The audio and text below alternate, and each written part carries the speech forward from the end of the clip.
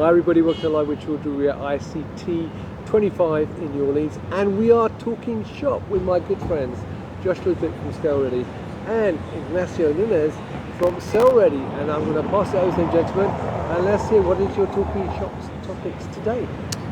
Thank you, Rizwan, for the opportunity. We're back with another installment of Talking Shop, I guess. This is a new segment. We're going to keep going.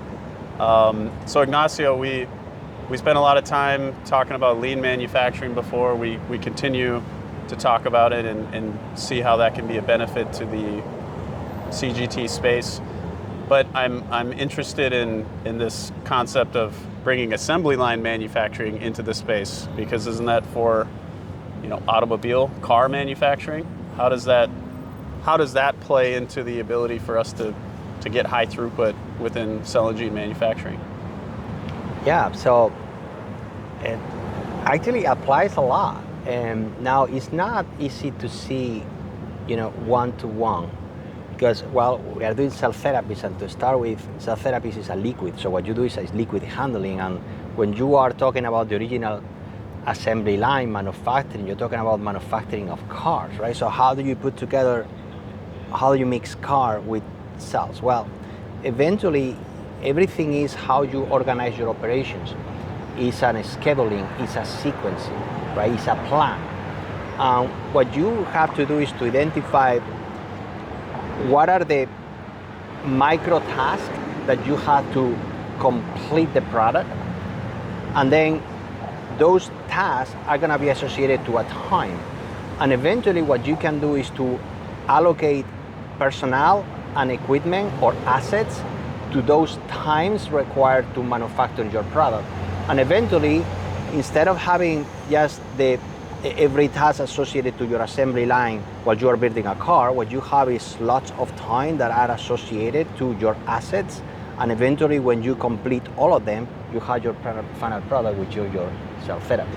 Now, what are the benefits of that? Well, if you think about the original CAR-T that was designed in Japan, you will assign 2 operators to do the whole CAR-T process during 10 days end to end. Now, start to finish without any breaking up, you know, there's no, well, we can get into this later, but there's no parallel processing. You're saying these 2 individuals are dedicated. No, exactly. So what happened is, like, we copy paste a lab design process into a mass production manufacturing, and the critical success factor in a lab are very different to the critical success factor in a mass production manufacturing facility. For example, here you want to have an efficacious process, a safe process. But when you go to manufacturing, you want a process that is fast, that is economical, that is flexible, right? You want to maximize your asset as much as you can, which is not the case when you're in a lab. So what happened is, if we use the assembly line, car manufacturing assembly line example, you will have 2 of your most senior operators allocated to only 1 car for the entire assembly line for up to 10 days. So your assembly line will be blocked 10 days with 2 more senior operators to manufacturing only 1 car. So that's what you manufacture. In other words, you can't start the second car until you finish the first one. So what we did back in the day is, like, we broke the process into tasks. Like, you have the day 0, you have the harvest, you have the in-between process steps, and then you allocate those process steps to different operators. So there you get parallel processing. And then what that enables is that you maximize your asset utilization massively. So operators, your facility, your clean room, your incubator, your biosafety cabinet, and so on and so forth. And there is how you are able to get much more with less, and your capacity goes up. But looking, I guess, knowing that, looking from the top down then and trying to break your process into disparate chunked tasks so you can actually schedule these things properly and assign people properly and have multiple manufacturing runs happening simultaneously. It's probably critically important to choose technology that enables that, because there are technologies that don't enable the assembly line manufacturing approach. Actually, that's an important point. Like, look, when people are talking about automation and they turn into automation which is one stop and it does everything. So from a commodity standpoint, you may think, oh, it's going to fix all my issues because I have a machine that is doing everything for me. But very soon that machine will become your biggest bottleneck. Because what you are talking about is, imagine that machine that is doing all the process steps of the car. So you have that machine blocked for 10 days, and for 10 days, you cannot start another car, right? So the only way that you can increase your capacity is by buying more machines. So your machine becomes your biggest and hardest bottleneck to overcome. While if you are able to do parallel processing, for example, with the G-Rex, right, that enables that you could start as many starts as you can set up in your production. We're talking about 10, 15, 20, 100 day zeros, as long as you are able to come up with the right scheduling and you can allocate a space in your assets, in this case, by a safety cabinet or incubator or the Mars bar. So maybe this is a good segue into the panel that you were just on here at ISCT this afternoon about the idea of a workforce talent shortage. And I guess thinking through this concept of choosing the right technology that allows for, you know, individual unit operations that can be scheduled properly for the right flow and the right design of your space. It also now comes down to having the right people there. But is there really a talent shortage in this space, or is there more of a misperception or misconception of, you know, the level of whether it's education or traditional skills that people think within the lab that are required to work within a CGT manufacturing realm? There's a lot there, but I'm curious to know your perspective about, again, who has traditionally or historically been hired to work in these manufacturing environments, and is that different than what you think would be optimal? Well, I think we have to first identify what we are hiring for, right? Because if I'm hiring for supply chain, or I'm hiring for QCA or lab technicians, the skills may be slightly different than if I'm looking for GMP operators. And I think for the most part, when industry is talking about labor shortages or workforce shortages of talent, I think for the most part they're talking about GMP operators, because it's not an easy job, and for the most part it has a really, really big attrition.